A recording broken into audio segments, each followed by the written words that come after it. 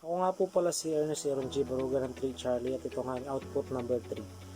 Naniniwala ko na ang pagiging leader ay isang process o transformational theory, hindi trait theory para sa akin. Kasi ang isang leader or pagiging leader ay nabubuo at nade-develop lamang sa pamamagitan ng karanasan at pag-aaral.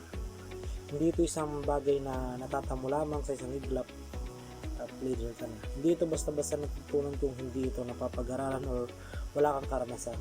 Dahil hindi ka magiging leader kung wala kang alam at dapat buo or bukas yung pag-iisip mo para maging isang leader.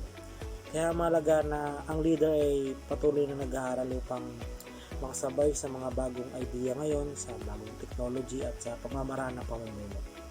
Doon naman sa gabay na tanong, ang tanong doon is paano mo daw ba nakikita ang iyong sarili bilang isang leader? Pinanganak daw ba na may katangian na or isang taong maaaring matutong maging leader sa pamamagitan ng karanasan at pag-aaral?